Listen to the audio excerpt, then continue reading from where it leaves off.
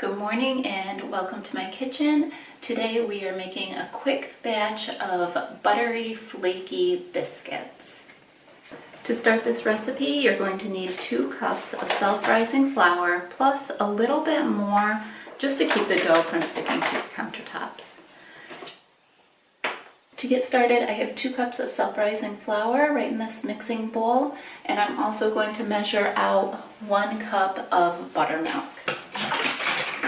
Now if you don't have buttermilk, that's okay. You can use 2 tablespoons of white vinegar or lemon juice. Put that into your measuring cup and then fill the rest of the way up to the 1 cup marker with whole milk. That'll create the reaction to give you a nice substitute for buttermilk. Into our mixing bowl with our flour, we're going to add 1 teaspoon of baking powder, a half a teaspoon of baking soda, and a half a teaspoon of salt. I'm going to mix these around and incorporate all of the dry ingredients. You're going to need 1 stick of butter. A lot of times you'll see people use frozen butter and then they'll use a cheese grater to get those small pieces. I don't like using the frozen butter. It's just really cold and I hate washing the butter off of my cheese grater. So a way that I find that's quite easy is just using cold butter. I cut it up into small cubes and then I toss the cubes right around in my dry ingredients, break them up a little bit more, either using my fingers to squish them or using a pastry blade. And I find that that works just as well. And as long as you're not allowing your butter to get too warm, then it'll work out just fine. Another thing that I do is I mix all my ingredients up first, and then I will put all of that into the refrigerator, let it get nice and cold again while my oven is preheating, and that makes it so I don't have to use that frozen butter. And now we're going to add our cubed butter right in here. And I'm going to use this pastry whisk just to chop up the butter a little bit.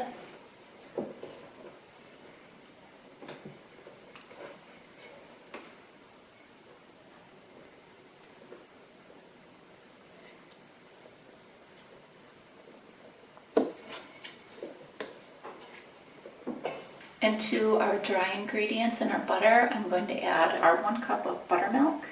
You want to make sure your buttermilk is nice and cold. And I'm going to stir all of our ingredients together, being careful not to overmix it. You don't want your biscuits to get tough. Now I'm going to take our dough and put it in the refrigerator to chill while I preheat our oven to 425 degrees Fahrenheit. I just got the countertops cleaned up a little bit. The oven is finishing preheating and the dough is in the refrigerator chilling. Now, if you have never had homemade biscuits before, you need to make this recipe. When I was growing up, we would buy those tubes of biscuits, and I always thought that that's what biscuits were supposed to taste like. And then it was probably a year or 2 after my husband and I were married that we went on vacation down to Virginia. And we went to this little diner for breakfast one morning, and they brought out with our breakfast a basket of homemade biscuits. And we were eating these, and he was the same as me. He had never had homemade biscuits before. And we couldn't believe how light and fluffy these biscuits were.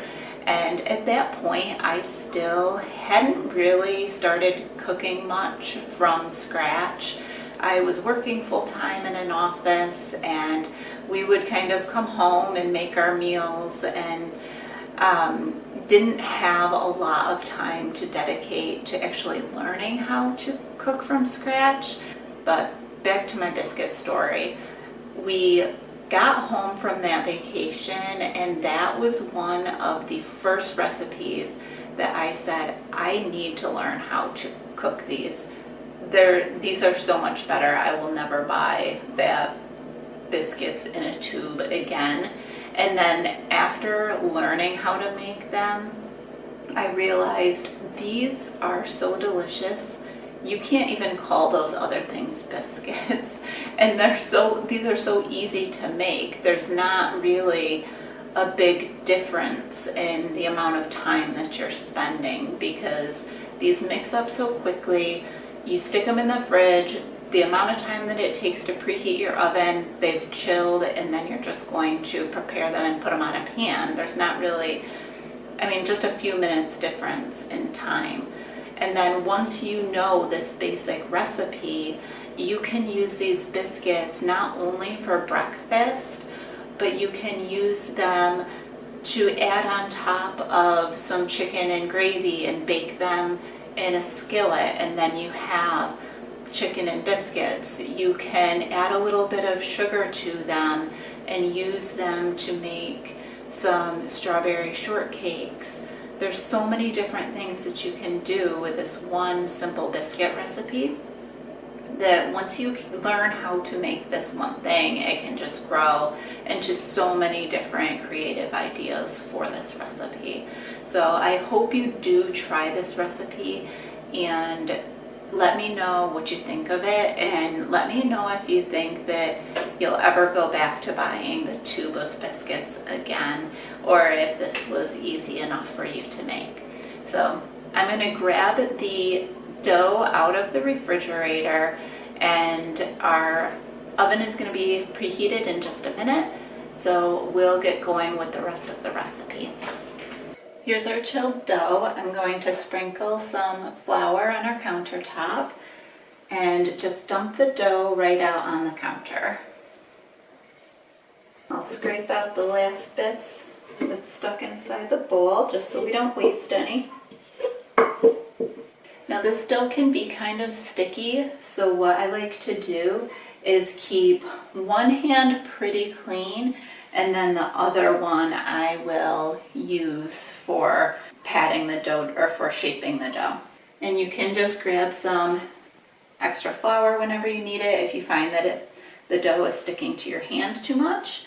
But I'm going to just pat down the dough, and then using a pastry blade, I'm going to just fold up the sides of the dough, folding it into thirds, and then I'm going to pat it down again. I can add a little bit more flour, and then coming from the other direction, I'm going to fold the dough again.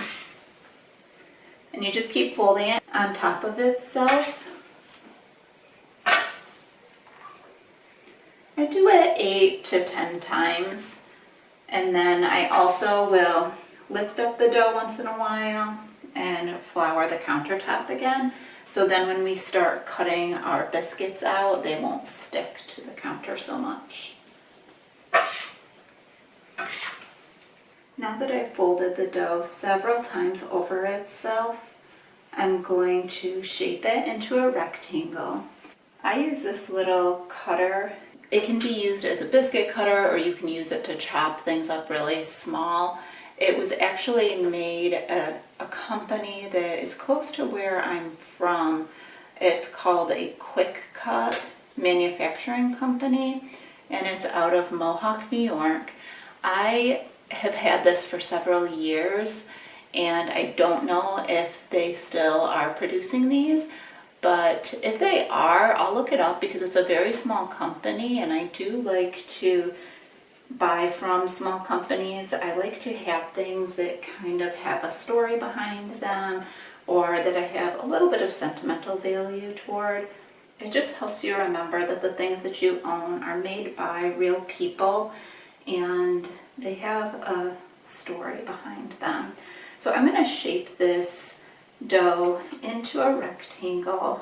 My cutter is about 3 inches in diameter, so when I shape my rectangle, I usually will shape it so I can fit about 6 of the biscuits, and then I reshape the dough and cut the rest of them out afterward. I'm going to grab a baking sheet that has been fitted with some parchment paper, and I'm going to cut out some of my biscuits. I press the dough to be about 3/4 of an inch thick. I'm going to place my cutout biscuits on the baking sheet and leave some space in between them, maybe about an inch or two. It depends on how many you're going to be baking, because these will puff up quite a bit. I usually find that about 8 biscuits per sheet works really well. And now the rest of our dough I'll just collect up and fold it over itself a couple of times just to reshape it.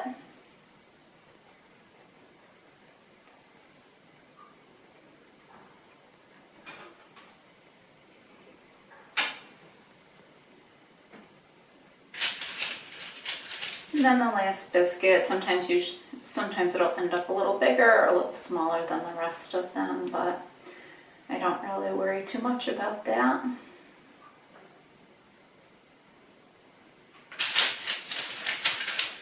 Now you can bake these just like this, or if you'd like, you can use a little bit of the extra buttermilk and use a pastry brush and brush it right on top.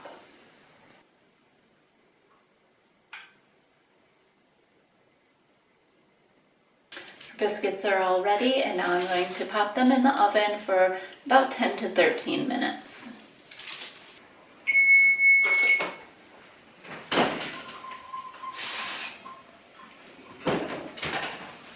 Yeah, these ended up turning out perfect. The biscuits are done just as I was taking them out of the oven and showing them to you before. The battery on the camera ended up dying. So at this point, the biscuits are cool, the kids have already eaten, and now the battery's charged back up, so I thought I would give you a look at what the biscuits turned out like. I'm really happy with the way that these biscuits turned out. They're nice, light, fluffy, very buttery, perfect. I like mine best with a little bit of jam on it. But if you wanted to make some breakfast sandwiches, you could add some egg and cheese or some sort of meat that you like. The biscuits turned out just the way that I like them. The bottom has a nice little crunchy crisp to it from just sitting there and cooking with the butter. And the center and top is nice and fluffy. It has a great butter flavor to it. And they're the perfect addition to a delicious breakfast. Thank you so much for joining me in the kitchen as I made these light and fluffy buttermilk biscuits for my family. They were definitely a delicious addition to our breakfast this morning. If you're interested in giving them a try, I'll leave a link below for the recipe. And if you do, please let me know what you think. Thanks again for watching, and I'll see you next week.